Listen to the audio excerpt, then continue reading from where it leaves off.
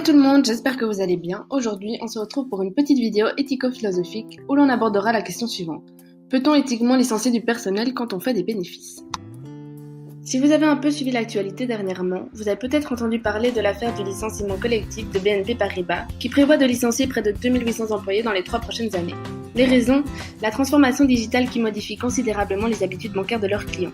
Du coup, ils s'adaptent en réduisant les agences physiques tout en priorisant la banque digitale et la banque à distance.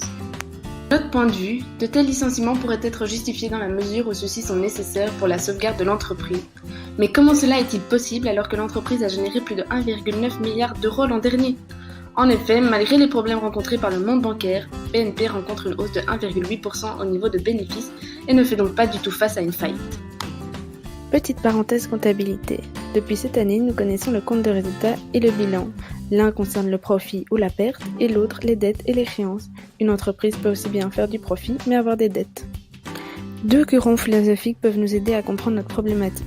À votre gauche, Karl Marx et le marxisme, et à votre droite, Robert Nozick et le libertarisme.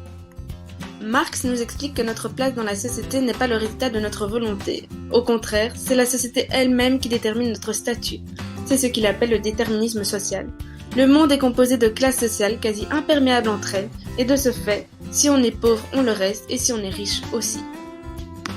De plus, le philosophe et théoricien allemand ajoute à cela que le déterminisme social comprend 2 composantes, le capital d'une part et le travail d'autre part.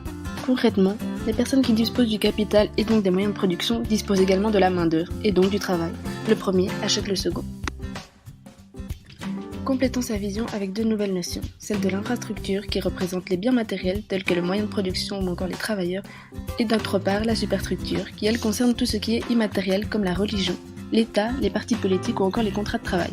Selon Marx, l'infrastructure détermine la superstructure et est donc le reflet des inégalités des classes sociales. Passons maintenant à un tout autre point de vue, celui des libertariens.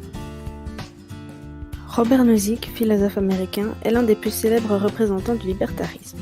Le libertarisme est une conception politique et morale de la société qui place la liberté au centre de tout. Cette notion est étroitement liée à celle de propriété. On est d'abord maître de soi et on pose nos propres choix, et on est ensuite maître de choses et on fait ce que l'on veut avec ces choses. Quid de notre cas ? Le marxiste dirait que le licenciement collectif n'est pas éthique. Pour lui, les moyens de production devraient revenir aux travailleurs pour engendrer une plus juste égalité des classes sociales et que la balance s'équilibre. Pour les libertariens, l'entreprise est totalement libre de ses choix. Elle peut faire ce qu'elle veut avec son personnel, d'autant qu'elle est propriétaire.